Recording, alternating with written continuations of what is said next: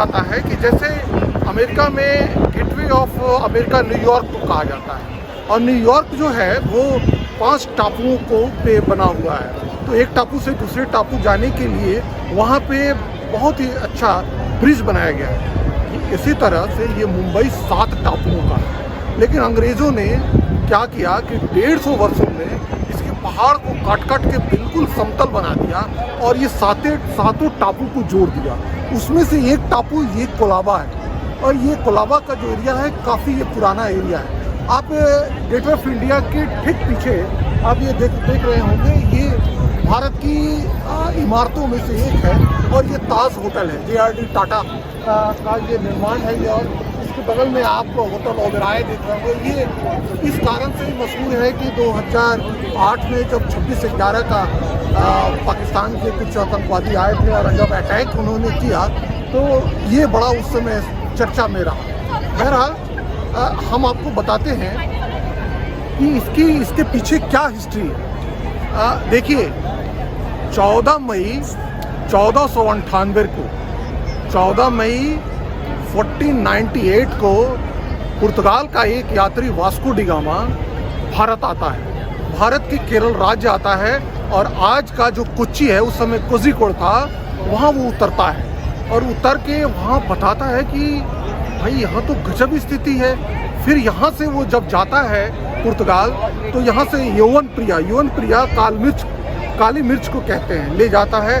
काली मिर्च को कूट के मांस में लपेट के और तब वहाँ पर रखा जाता है। लेकिन वो भारत की समृद्धि का गुणगान करता है, और यही कारण है कि 1498 के बाद 1510 में पुर्तगाली आते हैं और केरल के तट से होते हुए पूरा जो ये पश्चिमी छोर को करते हुए, और 1534 में इस मुंबई पे उनका कब्जा हो जाता है और मुंबई उनके राज्य में आ जाता है।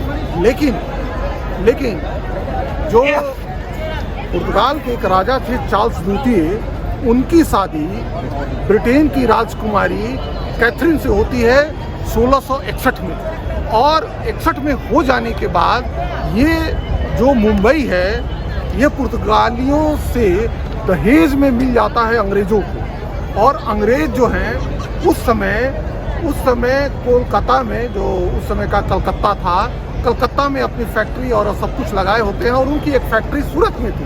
और ऐसे करके 1661 में ये जो जगह है ये अंग्रेज़ों को मिल जाता है, और फिर 1687 में वो सूरत से अपनी फैक्ट्री यहाँ लगाते हैं और काफ़ी समृद्ध हो जाते हैं। एक बात और, जब पुर्तगाली यहाँ आते हैं उसके बाद से एलिजाबेथ जो प्रथम थी, उन्होंने 31 दिसंबर 1600 को एक अपना फरमान दिया, एक अपना आवेदन दिया यहाँ सर टॉमस रो के द्वारा जहांगीर को, क्योंकि आपको मालूम होगा कि 1605 में अकबर मर जाते हैं। उसके पहले वो काफ़ी बीमार रहने लगे थे, तो पूरा राज का जो था वो जहांगीर देखा करते थे। तो जहांगीर के दरबार में आता है और वो कहता है कि ब्रिटेन की रानी यहाँ जो है वो भेजी है, और यहाँ एक आवेदन भेजी है, इसलिए आपका फरमान चाहिए ताकि हम यहाँ पे जो है बिजनेस कर सके, व्यापार कर सके।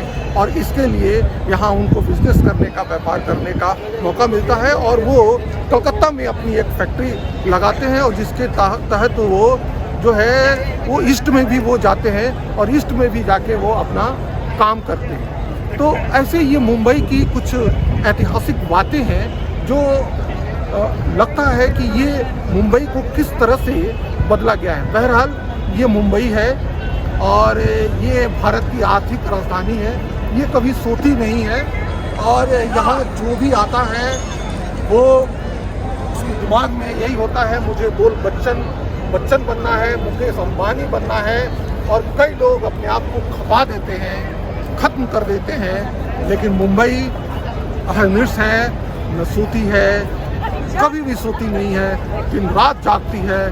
बड़ा इंडिया का भारत का सबसे फास्ट जिसको आप शहर कह सकते हैं वो शहर है।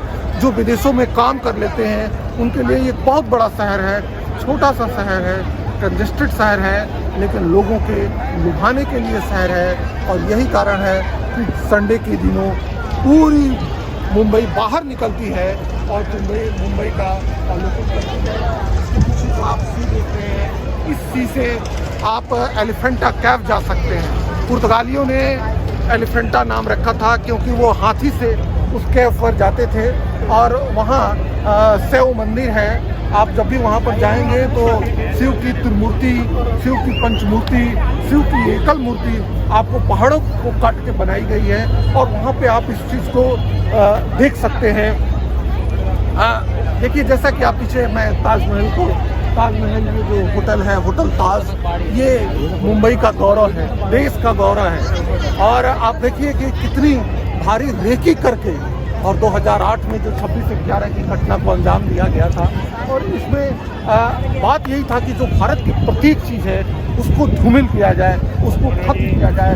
बगल में ये ओबेरॉय होटल है, इसमें भी अटैक किया गया और सबसे ज़्यादा इसमें ही लोग मरे थे। बगल में नरीमन पॉइंट है जहाँ पे इजरायली लोग रहते हैं और इजरायली और अरबों का जो एक संघर्ष चलता है उसको भी पाकिस्तान ने एक अलग रूप दिया।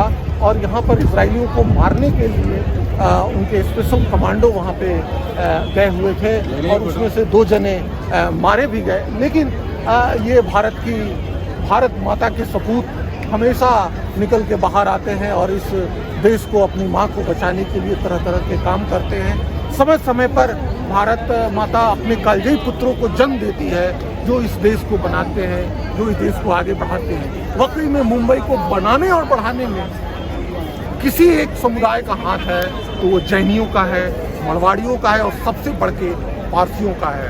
और ये मुंबई जीवित है, मुंबई आगे चल रही है, मुंबई आगे बढ़ती रहेगी।